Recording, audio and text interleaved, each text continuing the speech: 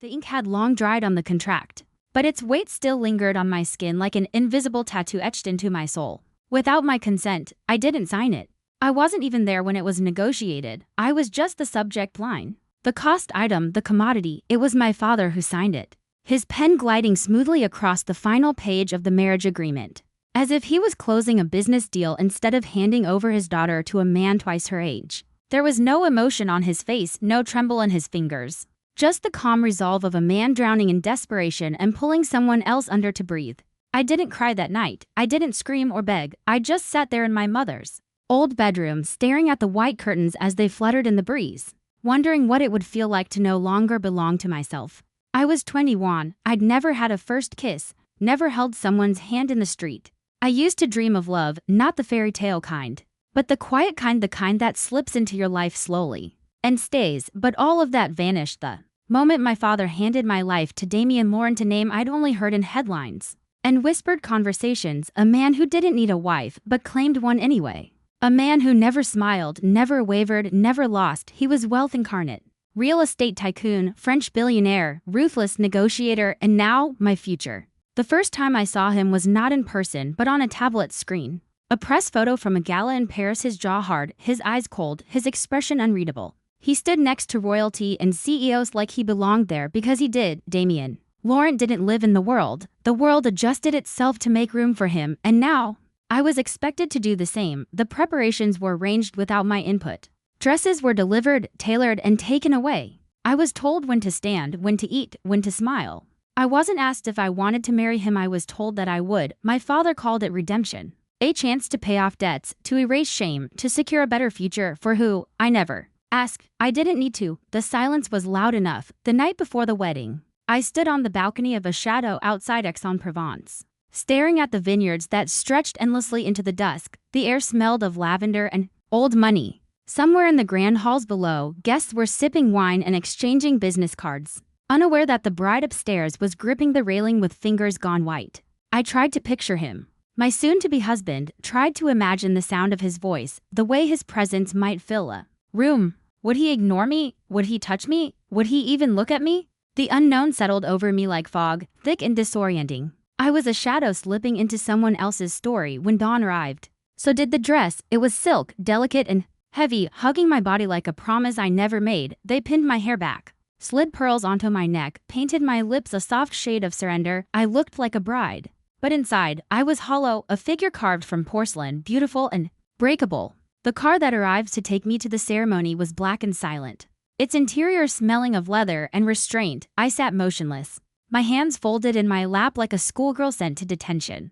The road wound through the French countryside, each curve a countdown to the moment I would cease to be Isabelle Moreau and become the possession of a man I'd never touched. The ceremony was set in an ancient cathedral, a structure of gold and stone that echoed with history. The guests were dressed in elegance, their smiles painted on like oil portraits. As I stepped out of the car, every gaze turned to me, measuring, assessing, dissecting. But none of them mattered, only one did. Damien Laurent stood at the altar in a black suit that fit like armor. He was taller than I expected, broader. His face was carved in stillness, sharp cheekbones, strong jaw, and eyes that gave nothing away. He didn't smile, he didn't blink, he just stood there waiting. I walked down the aisle to him like a lamb to slaughter. My steps were slow, deliberate, echoing through the grand cathedral as if the universe wanted me to remember every second of this moment.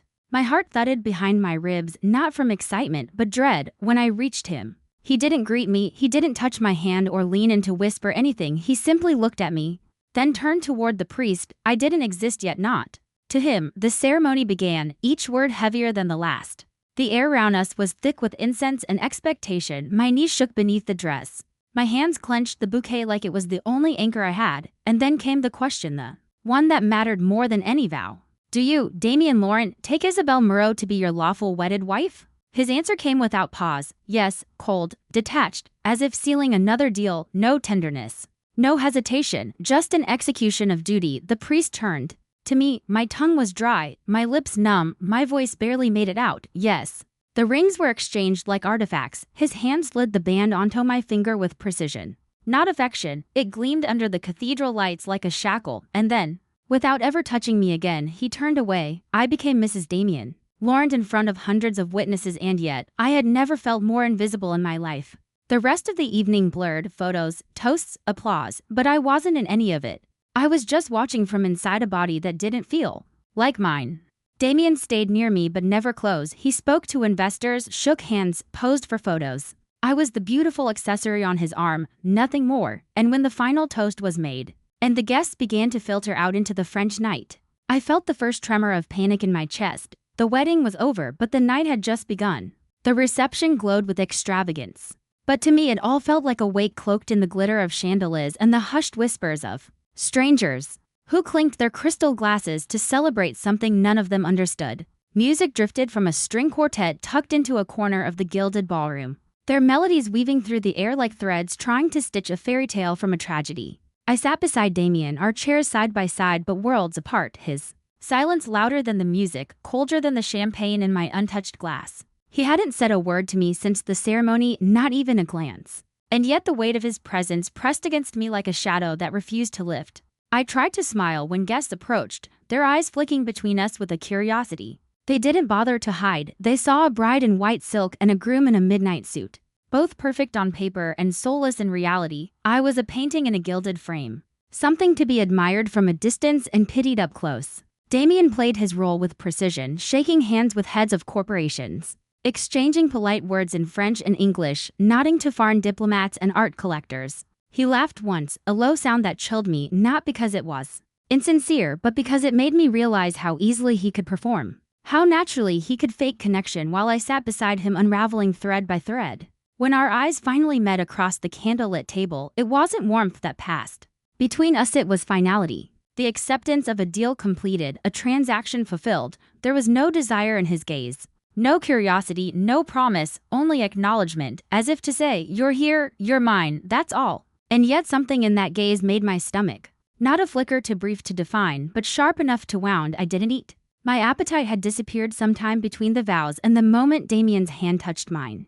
For the ring exchange, his fingers cold and efficient, his skin brushing mine like we were strangers forced to dance, which we were, except the dance had no music, only obligation. I felt like a ghost inhabiting a woman's body, floating through the lavishness like I didn't belong in any of it. And maybe I didn't. This world of money and influence wasn't mine. I came from small apartments, homemade meals, and second-hand books. My father had gambled our future away on men like Damien, men who smiled with sharp teeth and counted human beings in terms of worth, and now I was the collateral. When the final guest bowed and kissed my hand with feigned reverence, the silence that followed hit me like a crash. The ballroom emptied, but the pressure in my chest did not. Damien stood first, adjusting his cufflinks with the same care one might give a dagger before thrusting it. "The car is waiting," he said without looking at me. I rose slowly, my gown brushing the floor with a sound like paper tearing outside. The estate was cloaked in moonlight. The driver opened the door of a sleek black car, and I slid inside without hesitation, without words. Damien followed, and the silence that filled the space between us was heavy with things unspoken. We drove past vineyards and olive groves, the night air pressing against the windows like a secret trying to break in. I stared at my reflection, at the bride who looked nothing like the girl who used to read love stories and believe in them. I no longer recognized her. When we arrived at the Laurent estate, a sprawling piece of Renaissance architecture, tucked into the hillside, the driver opened the door, and Damien stepped out without offering a hand. I followed, my heels clicking against the marble driveway like small confessions of fear. The doors opened before us, servants bowing slightly, their eyes avoiding mine as if they knew what I was and why I was here. Inside, the house was breathtaking, in a way that stole more than just air, it stole belief. Golden chandeliers, towering windows, frescoed ceilings. Every corner whispered of wealth so obscene it felt violent. Damien led me down a long hallway, the portraits on the walls, watching like witnesses. At the top of the stairs, he paused. "Your room is at the end," he said, voice flat, distant. No further explanation, no goodnight, just instruction. I stood still, gripping the silk of my dress, unsure if I was supposed to thank him or scream. "That's it?" I asked, my voice barely audible over the echo of my breath. He turned slowly, and for the first time since the ceremony, his eyes held something more than indifference. There was a flicker, faint, unreadable, but gone before I could place it. "What did you expect?" "Isabel." The way he said my name was not cruel, but it wasn't gentle either. It was a test. I didn't answer. I couldn't. I walked to the end of the corridor like a sleepwalker and entered a room more beautiful than any dream I'd ever dared to have, yet it felt like a cell. The bed was massive, Draped in ivory linen, the windows opened onto the moonlit valley, and the air smelled of roses and despair. I stood by the mirror and stared at myself. My makeup still perfect, my hair still twisted into a crown. But my eyes were not the same. They belonged to someone else now, to him. I sat on the edge of the bed, waiting without knowing what for his footsteps to retreat? For them to return?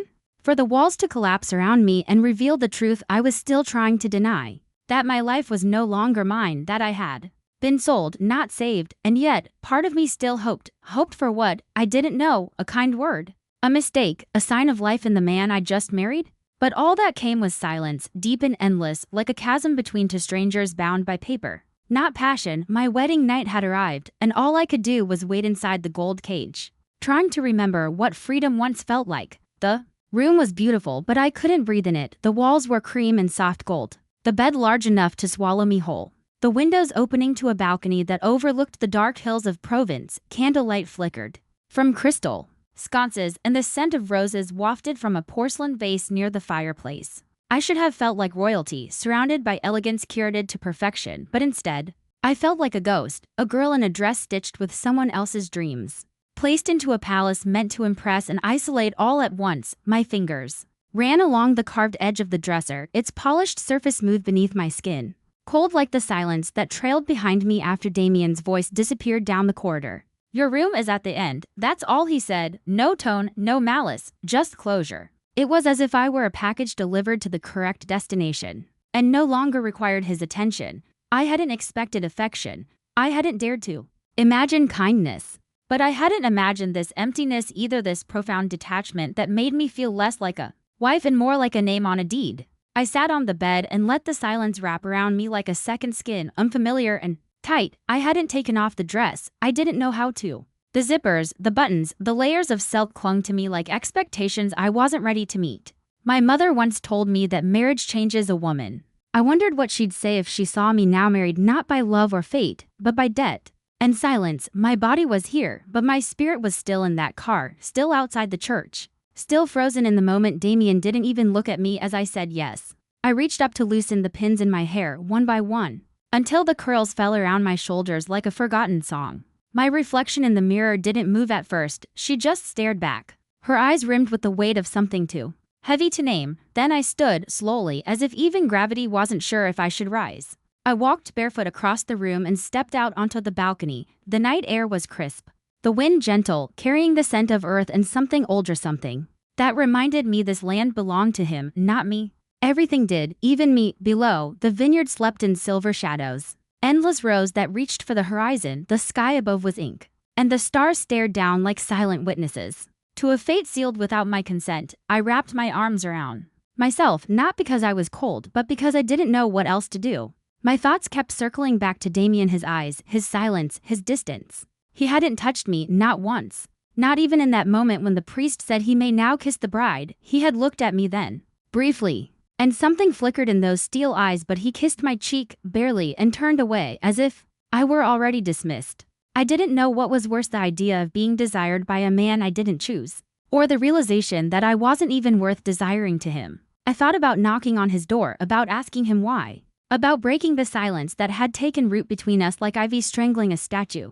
But what would I say? What could I ask that didn't sound like a plea for something I wasn't sure I wanted? Instead, I went back inside. I stepped out of the dress slowly, the fabric slipping to the floor like snow melting from a branch. And I stood in the center of the room in a simple silk nightgown that felt too delicate for someone holding this much confusion. I crawled into the bed, pulling the sheets over my shoulders, the weight of them not enough to shield me from the questions clawing at my insides. Why did he marry me? Why now? Why me? I knew what the contract said. I knew the figures. I knew my father's signature and Damien's seal. But I didn't know what the man behind the empire truly wanted. What did he see in me, a girl with no power, no voice, no say? Nothing about this made sense, except that it was already too late to fight it. My eyes stayed open for hours, listening, waiting, for footsteps, for a knock, for anything, but the hallway remained quiet and the door never moved, and the night just grew longer. The silence in the room had begun to feel like a living thing, curling into the corners, settling on the furniture, breathing softly in the stillness. As if mocking my wakefulness, I'd lost count of the hours since I laid down, but sleep hadn't come. My eyes remained open, fixed on the carved molding of the ceiling, tracing every detail again and again in the flickering glow of the chandelier that swung slightly with the breeze from the open balcony doors. My body lay still beneath the soft sheets, but inside me, everything was in motion, my thoughts a restless tide crashing against the walls. I was trying to hold up. I had no idea what he was thinking, if he was even in his room down the hall, or if he was somewhere else entirely, detached as always, far from me in every possible way. I wanted to hate him. It would have made this easier, but hate required space to grow, and Damien had given me none. He hadn't wounded me with cruelty or harsh words. He hadn't laid a hand on me or demanded my body. Instead, he had done something far more devastating. He had dismissed me, as if I were too insignificant to break, too irrelevant to engage, and somehow that cut deeper than any violence could have. I shifted onto my side, pulling the covers tighter, willing my mind to stop. But then a sound. Soft, barely there, a click, quiet and careful, followed by the faint creak of hinges. My breath caught in my throat. The door, my eyes flicked toward it, muscles tensing as I strained to hear again. Footsteps, slow, heavy, deliberate, not rushed, not hesitant, measured. They moved across the marble floor outside, growing louder until they stopped just beyond the threshold. My heart thundered in my chest, wild and uneven, like it was trying to warn me or maybe prepare me. A long pause. Then, the door handle turned. The door eased open without resistance, and in the quiet dark of the corridor, Damien appeared, framed by shadows and candlelight. He didn't speak. He didn't move beyond the threshold. He stood there in his tailored shirt, sleeves rolled up to the elbows, the top buttons undone, revealing the tan skin of his collarbone. His tie was gone, his jacket, too. He looked different in this light, less untouchable, more dangerous. His eyes found me through the dim, and something flickered.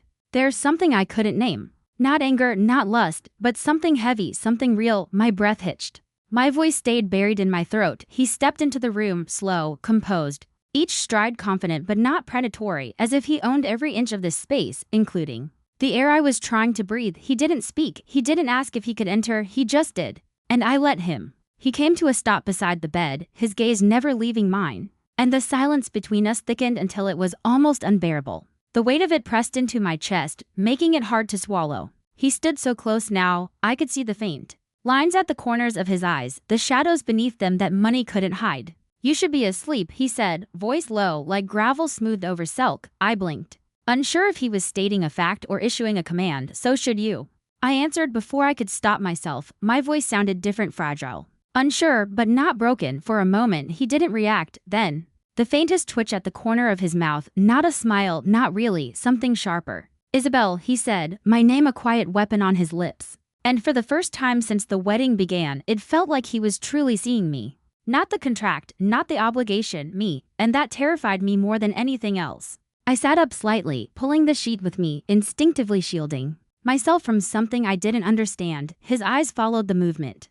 They weren't cruel, but they weren't kind either. They were assessing, watching, like a man looking at something he hadn't expected to feel. Why are you here? I asked. Barely a whisper. He didn't answer. He just reached out, his hand brushing the edge of the bedpost, and the air seemed to shift, charged, alive. I should have backed away. I should have pulled the covers tighter and reminded him what kind of man he was, what kind of marriage this was supposed to be. But I didn't. My body betrayed me with stillness, with attention, with that unbearable quickening in my chest. He leaned slightly forward, just enough for me to catch the scent of his cologne, woodsy, dry, expensive. It was the first thing about him that felt warm. I couldn't sleep, he said finally. Why? I asked, though I wasn't sure I wanted the answer. He didn't speak for a moment. Then his eyes dropped briefly to my hands, still gripping the blanket, before lifting back to my face. Because you're in this house, he said. The words hit harder than they should have, not because of how they were said, but because of what they implied, that my presence disrupted him. That something in this arrangement had pierced even his steel resolve. I don't know what you want from me, I whispered. The confession was as raw as it was true. He tilted his head slightly, as if examining the truth behind my fear. Neither do I, he murmured, and then the silence returned, heavy, bare. I waited for him to turn and leave again, but instead, he did something I didn't expect. He sat down, not beside me, not close, but at the edge of the bed, facing slightly away, elbows on his knees, hands clasped together, like a man trying to convince himself not to move further. I never wanted this, he said quietly. Without looking at me, the words felt like a stone dropped into still water. Then why? I asked, my voice steadier now. Because your father did, he replied. Because I owed him, because this made sense. I looked at him, really looked at him. The perfect lines of his jaw, the tension in his shoulders, The storm barely held behind his eyes. Do I make sense to you? I asked. He turned his head slowly. Our eyes locking again. No, he said, and it was the most honest thing I'd heard all night. I didn't know what came over me then, whether it was frustration, pain, or the unbearable need to be more than a transaction, but I shifted forward, not much, just enough. His gaze flicked to my movement, then back to my face, and in that moment something cracked, not loudly, not visibly, but I felt it. Like a wall that had been too high for too long suddenly developed the fault line. He stood again. And I thought he was leaving, my breath caught in my chest, but instead he stepped closer. And my world narrowed to the sound of his footsteps and the beating of my heart. He reached up, slowly, and brushed a loose strand of hair from my face, tucking it behind my ear. His fingers grazed my skin with a gentleness that didn't match the man I'd met that morning. Go to sleep, Isabel, he said softly, and then he turned, walked back to the door, and disappeared without another word, closing it behind him with a finality that left me trembling. I didn't sleep, not for a long time, because now the silence wasn't empty, it was filled with questions I didn't know how to answer. And the door he opened at midnight had done something far more dangerous than anything else. It had opened a possibility, one I couldn't ignore anymore. The sun rose slowly over the vineyards, painting the sky in shades of honey and fire, but I barely noticed. I hadn't slept, not really. My body lay still, but my mind stayed tangled in the memory of his voice, of the way he had stood so close, said so little, and yet managed to shift the entire axis of my world with one sentence. Go to sleep, Isabel, a simple command, but it echoed with something more, something unsaid, something unsettling. He hadn't touched me with desire or taken what the contract allowed. He had brushed my skin with his fingertips, tucked my hair back like a man who almost cared, and then he left. That was the part I couldn't shake. He left, and I couldn't decide if that made him better or worse. I wandered the estate the next morning like a ghost in someone else's house. Every corridor was a gallery of silence, every painting watching me as if they, too, wondered who I was and why I belonged here. The staff moved quietly, efficiently, their eyes trained away from me, careful not to intrude. I wondered what they thought of me, the girl who arrived in lace and silk, who didn't smile, didn't speak, who slept alone on her wedding night, and wandered the halls like she was searching for something that had never existed. I ended up in the rose garden behind the estate, drawn by the scent, by the soft rustle of petals in the breeze. The sunlight warmed my skin, but it didn't reach the chill inside me. I sat on a stone bench and watched the wind bend the stems, watched the bees dance from bloom to bloom, and tried not to think of the man who haunted me from the end of a hallway. But I failed. Damien's presence lived in every shadow of this estate, in the polished floors, in the wine glasses, in the stillness of the rooms that whispered of his control. I didn't know him, but I couldn't ignore him. He wasn't just the man who bought me, he was the man who refused to use me, and somehow that made him even more dangerous. I wanted to hate him, but I didn't, not anymore. I wanted to understand him, but he wouldn't let me, and that mystery, that restraint, that impossible control was what lit the fire, a fire I hadn't asked for, a fire I didn't know how to put out. That night, I returned to my room earlier than usual, hoping the silence would settle, hoping I could sink into the sheets and disappear into a dreamless sleep. But as I reached for the light, I froze. The door creaked open again quietly, slowly, and Damien entered. No knock, no warning, just like before. He was wearing a white shirt, sleeves rolled up, collar loose. His hair was slightly damp as if he had just showered, and he looked tired, not from work, not from stress, but from restraint. His eyes met mine immediately this time. I didn't ask why he was there. I already knew, and he didn't offer a reason. He stepped forward, slow, measured, every movement deliberate. The space between us shrank until he stood at the edge of the bed again, the air between our bodies buzzing like a live wire. My breath caught. He didn't touch me, he just looked, and in his gaze, I felt something shift, not pity, not ownership. Heat, slow burning, controlled, terrifying. He sat, just like before. But this time his posture was different, less rigid, more present. I should have left you alone, he said, voice low, rough, as if it was costing him to admit it. But I didn't want to. The words landed with the weight of confession, and for a moment, neither of us moved. I sat up, heart racing, searching his eyes for answers he hadn't yet spoken. Why, I whispered. He didn't blink. Because you're not what I expected, and that's the problem. I swallowed hard, pulse thudding at my throat. A problem? He nodded slowly. Because I've built a life around knowing exactly what I want, what I need, and then you walked in, and nothing felt predictable anymore. My throat tightened, my fingers curled into the blanket. I didn't ask for this either. He leaned in then, close enough for me to see the flicker of something in his eyes, desire, restraint, maybe even fear, I know, and then his hand moved slowly, gently to touch mine. Just our fingertips at first, then his palm against the back of my hand, his thumb brushing lightly over my skin like he was learning a new language. My breath hitched. I should have pulled away. I didn't. Do you want me to stop? He asked. Voice deeper now, rougher, like a growl waiting to break. My lips parted. But the answer didn't come. I didn't say yes. I didn't say no. I just looked at him, and that was enough. He moved closer, his hand sliding up to my wrist. His touch still careful, still hesitant, but now firm. My heart pounded, my body tensed. But it wasn't fear that made me tremble, it was anticipation. A kind I had never felt before. Not for any boy, not for any man, only him, Damien Laurent, the man who didn't want a wife, but now couldn't stay away from me, and as he leaned in, his breath warm against my cheek, I realized something I hadn't dared to say aloud. I didn't want him to stop. I wanted him to see me, not the contract, not the debt, not the burden, but me. And for the first time in my life, I felt like maybe he did. The moment his hand settled on my wrist, something inside me shattered, not with violence, but with aching release. Like a lock finally giving way under pressure it could no longer bear. His fingers weren't rough or demanding, they were steady, warm, and impossibly deliberate. As if he knew I had never been touched like this before. And he refused to make the mistake of rushing something fragile. I held still beneath his touch, though every cell in my body screamed with confusion, desire, and fear twisted together so tightly they had become indistinguishable. The fire I'd felt burning beneath the surface flared higher, licking at the edges of my restraint.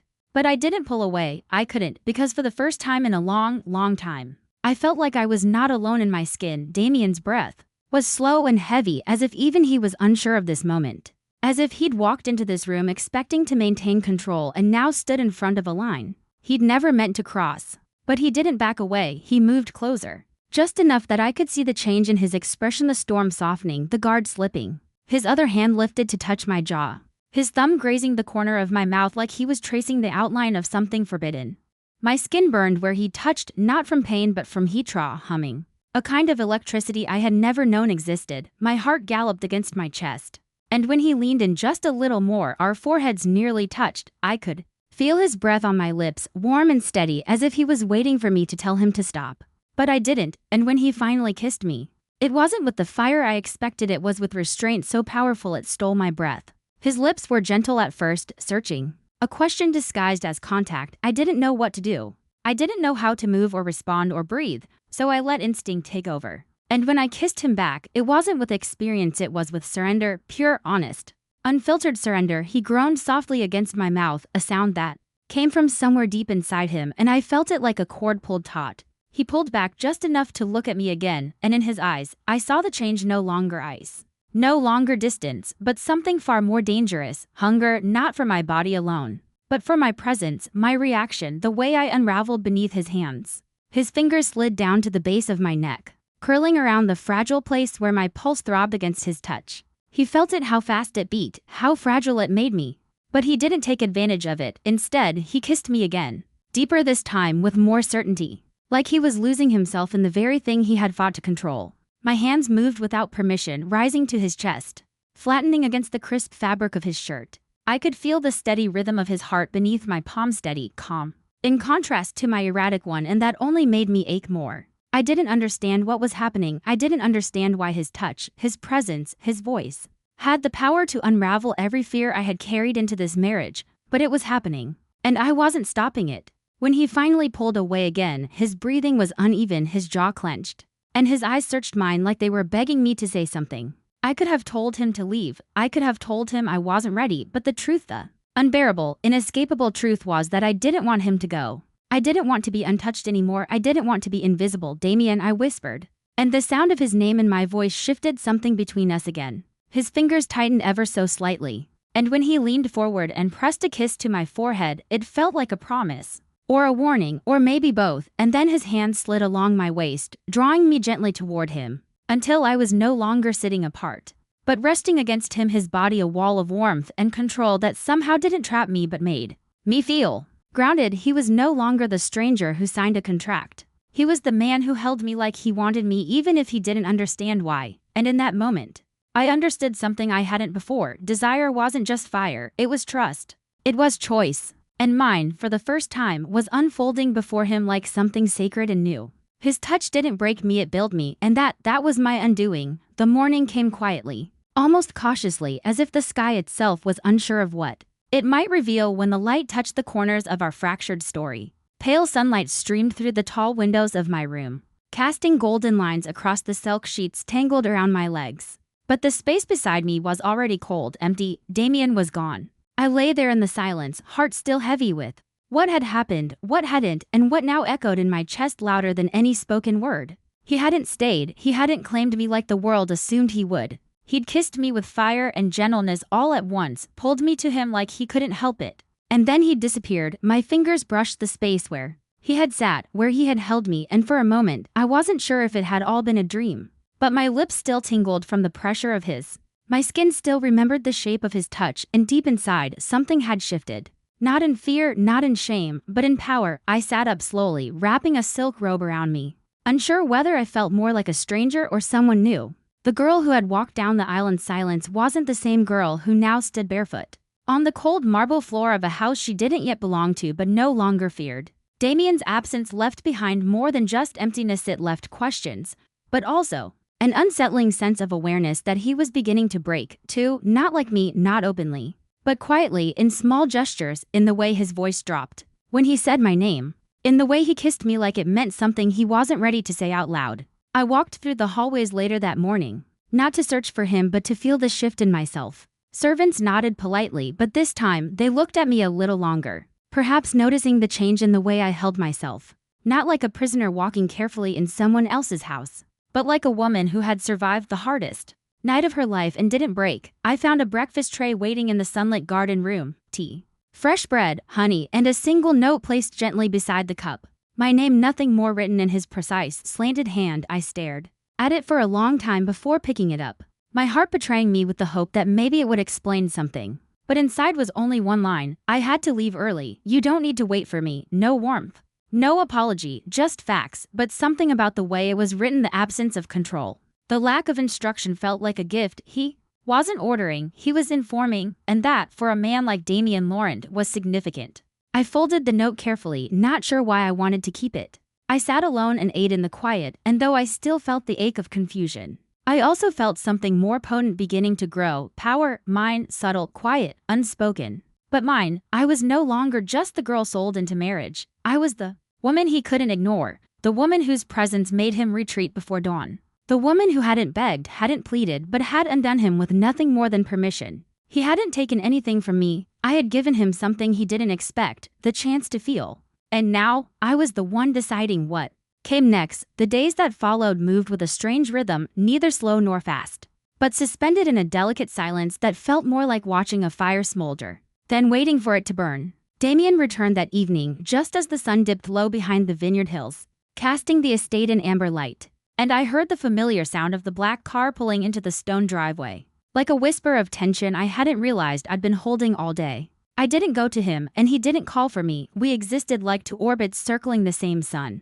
Slowly, cautiously, drawn together by gravity we both refused to name. But something had shifted. I saw it in the way his gaze lingered when we crossed paths in the corridor. I felt it in the hesitation of his footsteps, in the way his voice softened by degrees when he spoke to the staff while I was within earshot. I caught it in the moments when we ate at opposite ends of the dining table, our meals shared in silence, yet pulsing with all the things we were no longer pretending not to feel.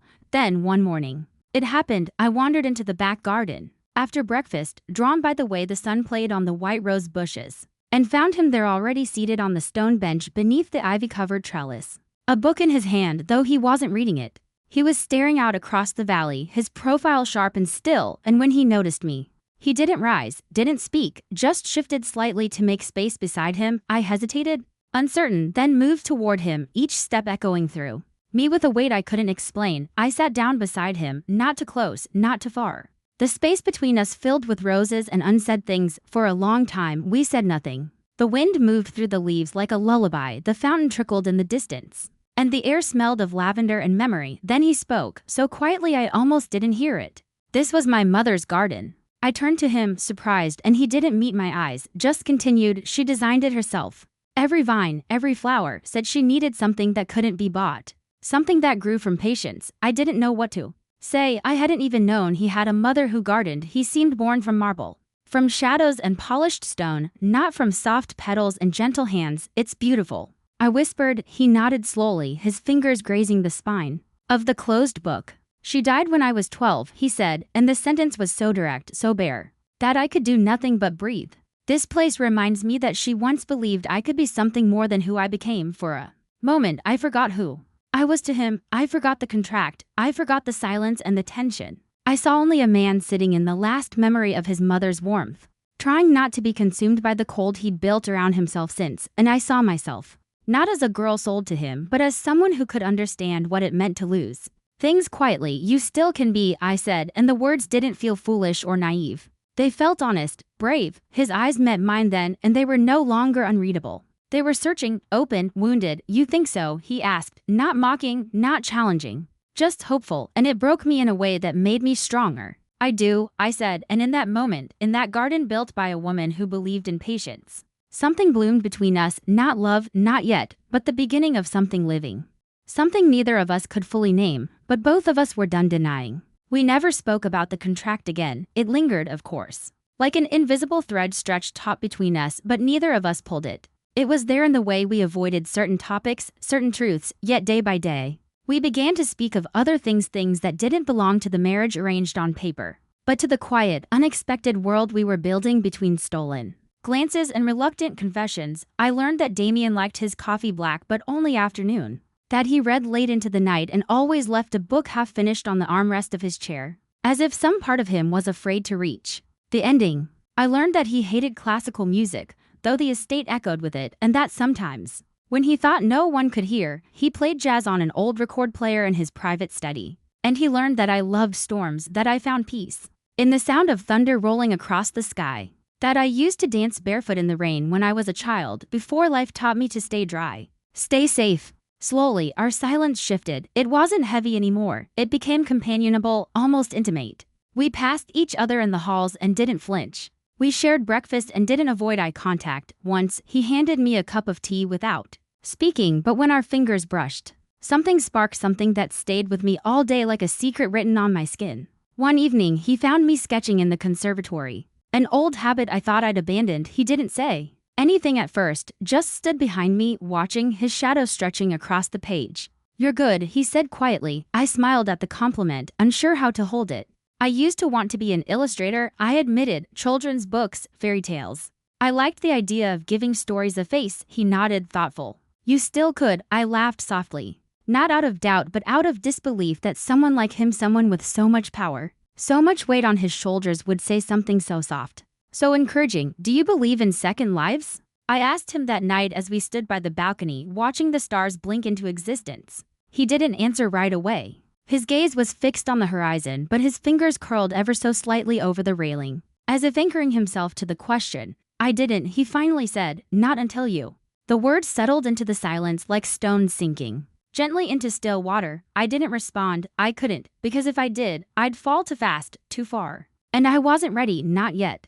But the truth was already forming inside me like a seed breaking open beneath the surface. Something was growing in the shadow of this transaction. Something fragile, something real. One night, days after our garden conversation, I found a letter slipped under my door, not typed, not formal, just his handwriting, sharp and slanted, looping across the page with unexpected emotion. It wasn't a confession, not of love, not even of desire. It was just a memory, a single paragraph about his mother's laughter echoing through the halls when he was a boy, and how that sound had once made the world feel safe. He ended it with a sentence that made me press the paper to my chest and close my eyes. I heard it again the other night, when you laughed.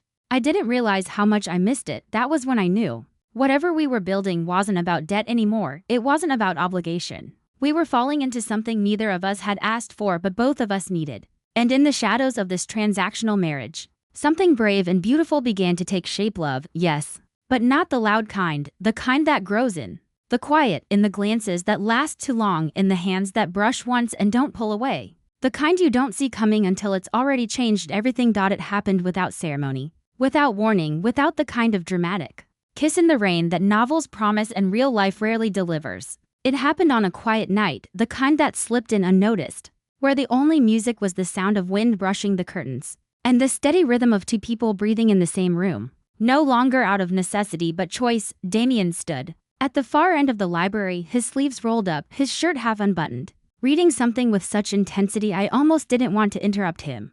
But when he looked up and saw me in the doorway, his eyes softened in that way they only did now for me. And just like that, I knew I wasn't afraid anymore, not of him, not of the house, not of the strange, winding path that brought us here. I walked toward him, barefoot, heart steady, and sat beside him without asking. His hand found mine easily, like it belonged there. We didn't need to speak, we'd said so much in silence. Already, I rested my head against his shoulder and he turned, pressing a kiss into my hair as if it was the most natural thing in the world. As if we'd been made for this, despite everything. I thought about the girl I had been just weeks ago, the girl who sat on the edge of a foreign bed, in a stranger's house wearing a wedding dress that felt like a cage. The girl whose father had signed away her freedom, whose voice was lost in a room filled with rich men and cold promises. I thought about the tears I never let fall, the scream I never released, the countless nights I lay awake wondering what kind of man I had married, and if I would ever stop being afraid of him. And now, here I was, in his arms, not because he demanded it, not because he bought it, but because I had given it freely, completely. Somewhere along the way, Damien had done the one thing I never expected. He changed. Not all at once, not completely, but in the quiet ways that mattered. He listened, he waited, he touched with care. And when he looked at me, he didn't see a possession, he saw a partner. He never said the words "I love you," not yet, but I felt it in the way he reached for me when I passed, in the way he whispered my name when he thought I was asleep, in the way he let down the walls he had built so high, letting me walk past every guarded door until I found the boy inside who once believed in laughter, and gardens, and stars. That was the Damien I had fallen in love with, not the ruthless tycoon, not the man whose name shook boardrooms, but the man who laid his heart beside mine, quiet and bare, asking nothing but for me to stay. And I did. I stayed, not out of duty, not out of fear, but because in a world that once tried to sell me, silence me, and own me, I had finally found someone who didn't want to break me. He wanted to know me, to protect what was sacred in me, to remind me that even the most wounded things can bloom again. I had walked into this marriage as a girl with no voice, but now I stood as a woman who chose her place, who chose her husband, who chose her freedom. And it lived, not in the contract my father signed, but in the way Damien looked at me now, as if I was the one thing in his life he hadn't planned for, but would never let go.